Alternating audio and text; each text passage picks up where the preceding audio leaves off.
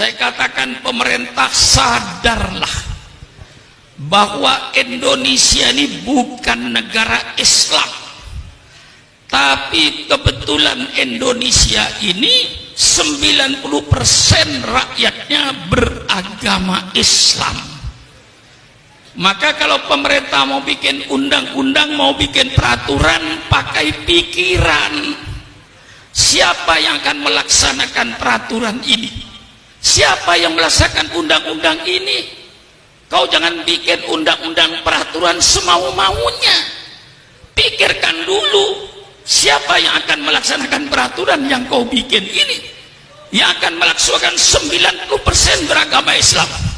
Jangan Anda bikin peraturan, ya Pak Jinuria. Jangan Anda bikin peraturan pemenang Al-Quran dan Sunnah Nabi. Persilakan Anda bikin peraturan.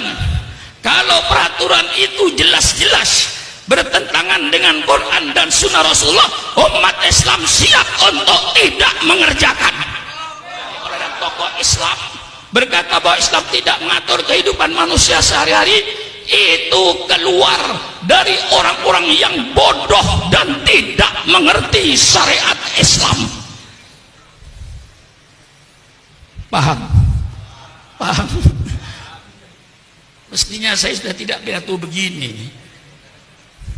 Dulu 40 tahun yang lalu saya begitu pidato begini. Tapi kalau sudah Islam dikutik-kutik, saya katakan jangan membangunkan macan tidur. Saya sudah tidur sebenarnya karena tua. Tapi jangan coba-coba Islam itu dipermainkan.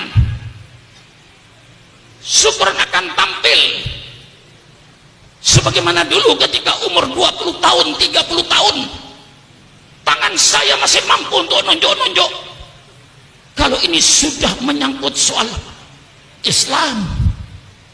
Jadi orang yang berkata Islam tidak mengatur ekonomi, tidak mengatur politik, itu orang yang bodoh Islam. Ngaji.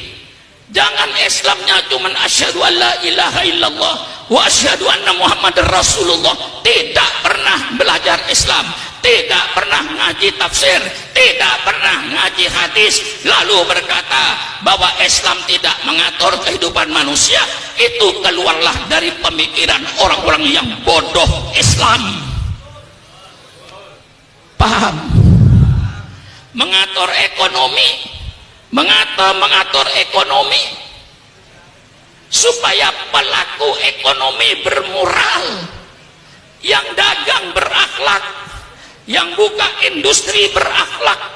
Ini tujuannya mengapa Islam bicara ekonomi, supaya pelaku ekonominya bermoral, berakhlak.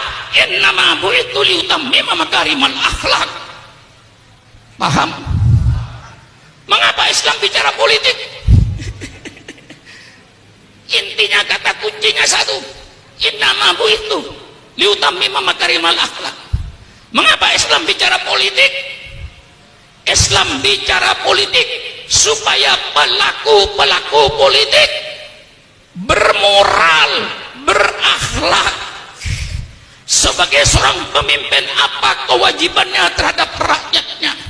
Hai pemimpin-pemimpin, jangan kau berpikir apa yang akan saya ambil dari rakyat, tapi pemimpin, berpikirlah apa yang akan kau berikan kepada rakyatnya itu.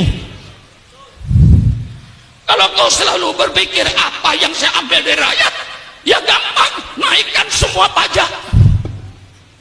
Maka pemerintah bukan berpikir apa yang saya ambil dari rakyat, tapi pemerintah berpikir apa yang harus saya berikan kepada rakyat.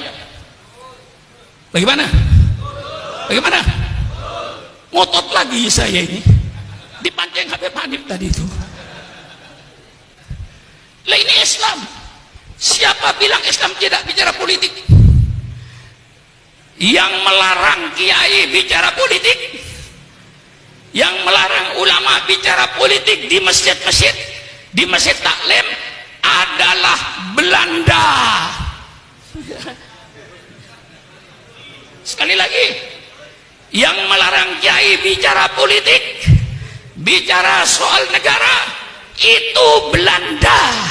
Mengapa Belanda melarang kiai bicara politik? Karena Belanda ingin menjajah Indonesia sampai kiamat.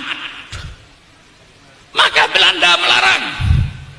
Banyak kitab-kitab, dulu Kiai Maskur, mantan Menteri Agama, cerita kepada saya, banyak kitab-kitab yang dilarang oleh Belanda yang membangkitkan semangat anak muda.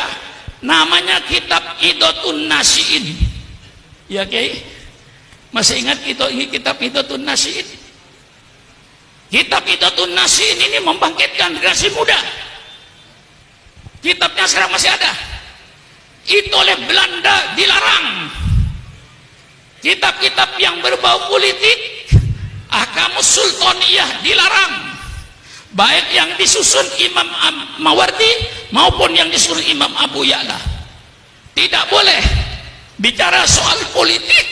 Itu yang melarang Belanda. Yang melarang Belanda.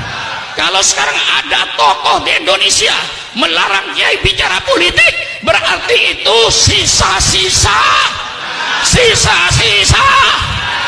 Tolong berhadapan dengan Sukron Makmun.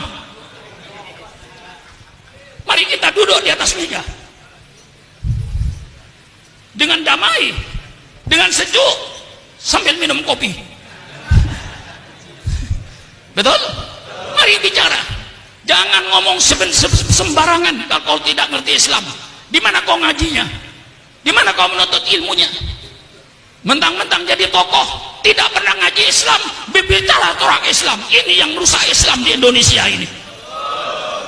Mari secara ilmiahnya saya kupas. Quran, ayat politik dalam Quran terlalu banyak. Saudara kenal baldatun thayyibatun wa rabbun ghafur? Di mana itu? Di mana itu? Apa baldatun thayyibatun wa rabbun ghafur? Negara yang baik, negara yang aman, negara yang damai, negara yang sejahtera. Itu dalam surat As-Saba. Itu tertulis dalam Al-Quran. Masih banyak ayat-ayat yang berbicara soal negara. Banyak. Saya kasih sebagian saja. Lau anna ahlal qura amanu wattaqau la fatahna alaihim barakatim minas sami walakin dzakadzabu fa'udnahum bima kanu yaksibun. Ini ayat bicara politik negara.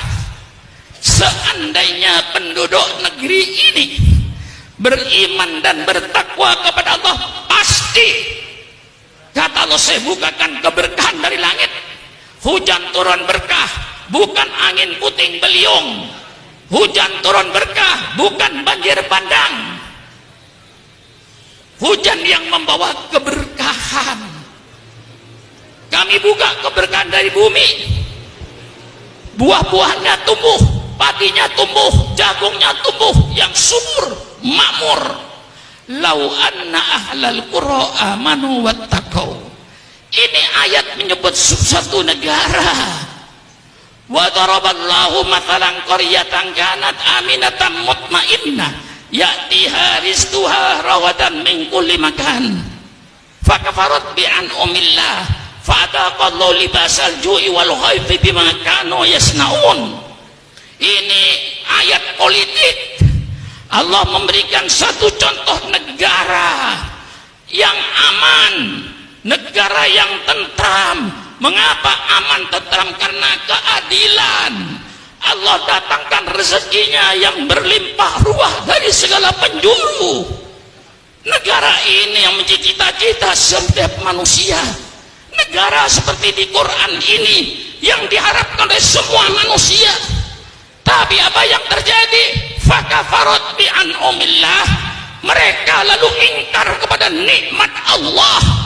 Allah tukar. Fa'adaqahul libasal ju'i wal khawfi bima kanu yasnaun. Allah tukar rezeki yang berlimpah ruah dengan kelaparan. Berapa banyaknya bangsa ini sedang lapar hari ini? Subhanallah, subhanallah. Allah tukar keamanan dan ketenangan dengan kegelisahan.